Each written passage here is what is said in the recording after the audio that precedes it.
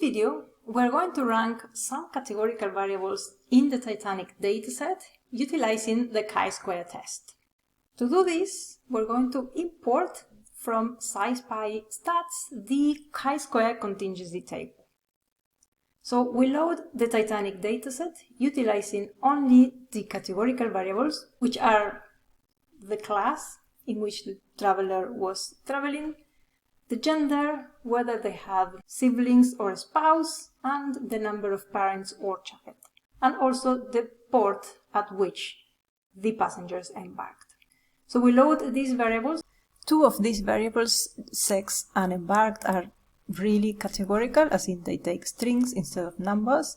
The other ones are discrete, but because they take a very finite number of values, so for example P class takes values 1, 2 and 3, and the other two take values between 0 and 2 or 3 maximum, except some rare occurrences, I'm okay to treat these variables as categorical.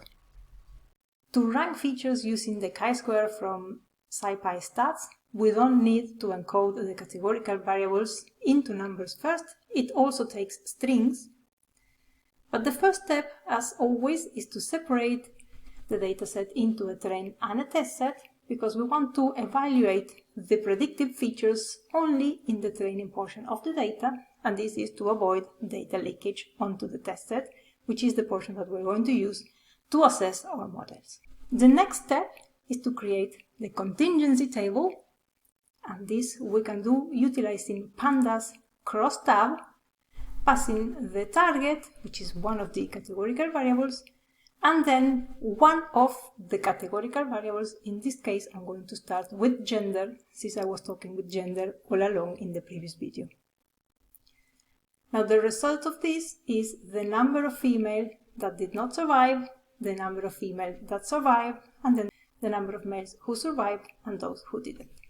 And now that we have the contingency table, we can pass this table to the chi-square contingency from SciPy stats, and we are going to obtain all the values that we were discussing throughout the videos.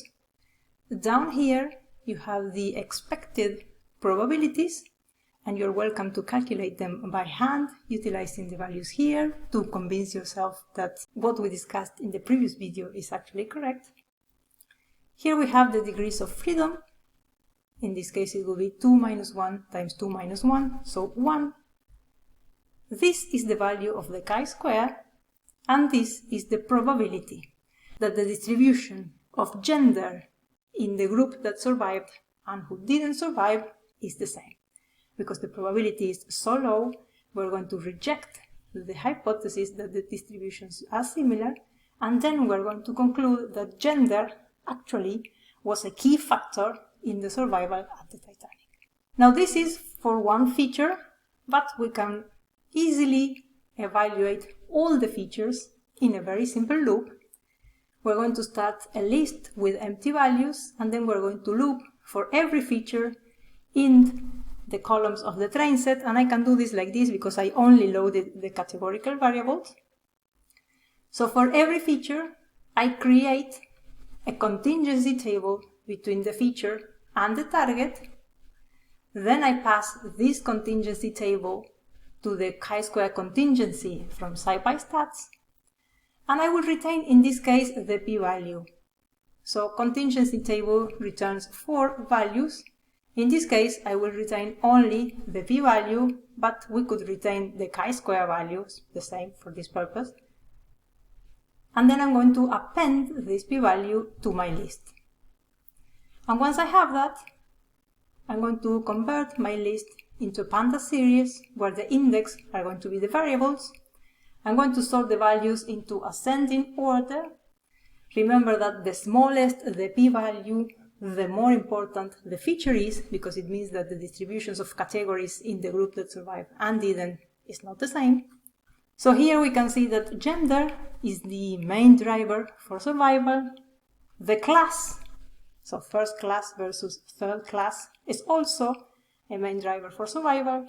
Surprisingly, where the person embarked is also a main driver. Probably this has something to do with the class of these people. And then if it was parent or child, and if it had siblings or spouse. Now, the p-values for all these distributions are really small, so all the features from a statistical perspective seem to be important. And here we have only 5 features, so we could retain them all and that's it. But if we have 1500 features, then we want to select a few. So just to show you how we can select features, we are going to select the top 3 in this case. So from the ranked features, I just capture the first 3 and then the index, because the index contains the names. And then here I reduce the dataset to the selected features. So this is how we can select features utilizing chi-square in Python. In the next video, I'm going to talk about some considerations when using this test, and I think I'd highly encourage you to watch the next video.